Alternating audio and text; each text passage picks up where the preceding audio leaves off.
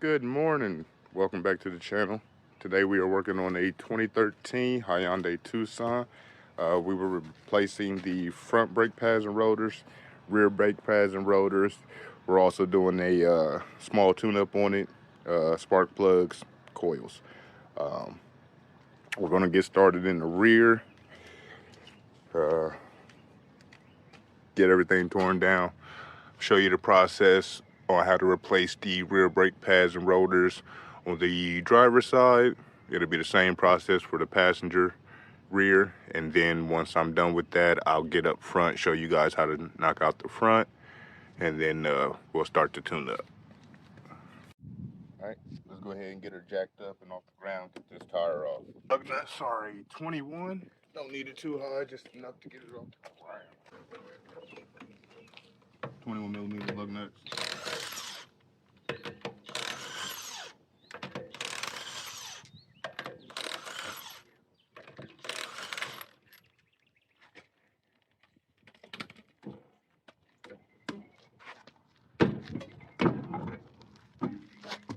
Sometimes you got to beat on them to get them off.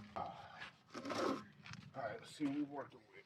Bring you guys a little bit closer. There we go. Those look like 14s. Alright, let's see, we got screws on the rotor, so we'll start with those so we don't strip them out. So we got a screw here. Let's see if I can get these off by hand without beating on them. There. Alright, they're pretty tight. Oh, I forgot my hammer. We got our Harbor Freight Pittsburgh toolkit here. It's fairly old, I've had it for years. Wonder if it got a lifetime warranty. If we can loosen them up a bit before we go to extract. As you can see, I broke the tip on this one already, trying to get one off before. I did successfully get it off, but broke my tip in the process. To keep it from spinning on me, since it's in the rear and not up front, went ahead and set the parking brake until I get these two broken free. Once I get these two broken free, I'll re-release the parking brake. That way, everything else flows.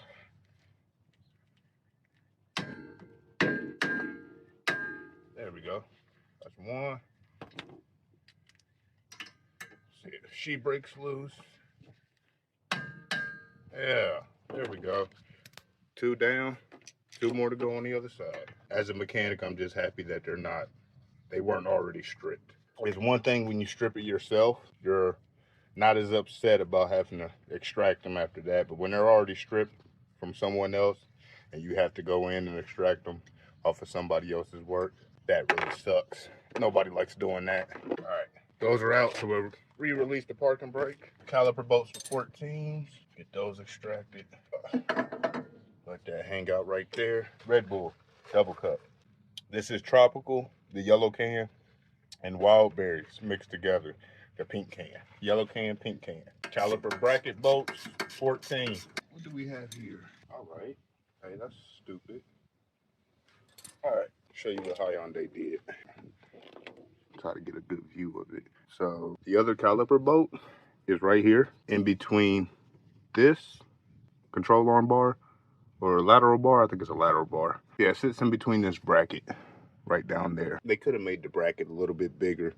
If you're gonna put a bracket here, give me a little bit more room to get in there. Huh. That off.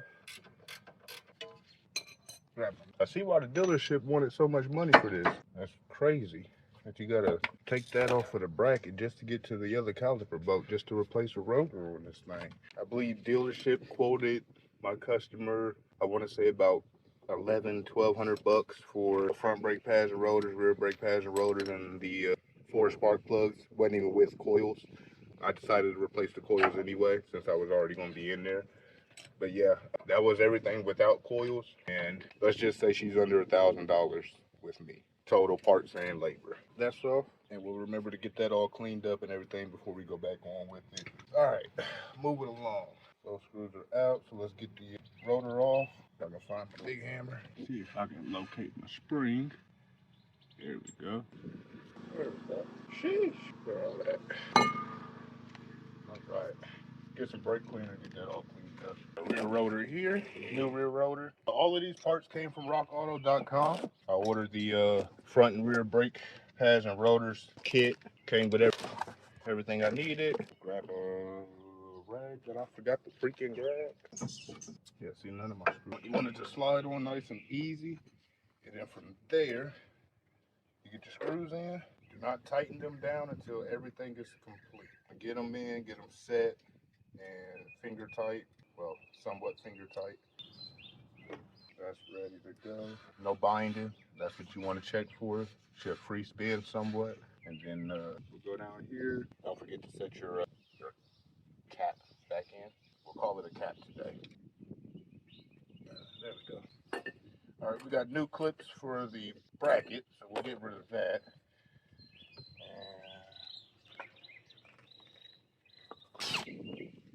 Right now, we're just putting everything back together, and then we'll put the brake pads and everything on next.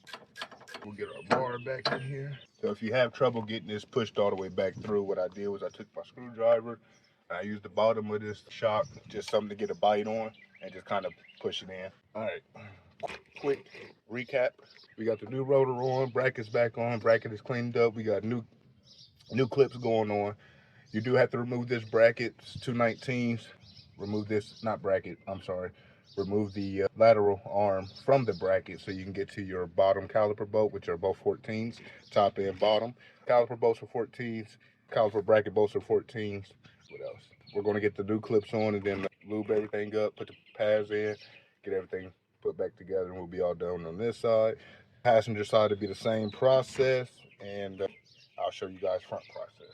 If you ever run into a situation where your aftermarket or your new clips don't like to work, which my old clips are still good, clean them up, reuse them. See, these don't even fit properly, they need adjusted. So when they don't like to fit, they have these clips and stuff. I just like to pull them in a bit so everything I like my stuff to kind of snap in. Need it somewhat secure. Makes me feel better. Just pull everything in a little bit. Still a little too loose. We'll bring our inside clips in a bit. There we go. You hear it click? That's what I'm looking for. And it won't easily slide around or move or make noise once everything's put back together. There we go. And we'll do the same with the top because I'm pretty sure all of the clips are going to be a little wide. Yeah.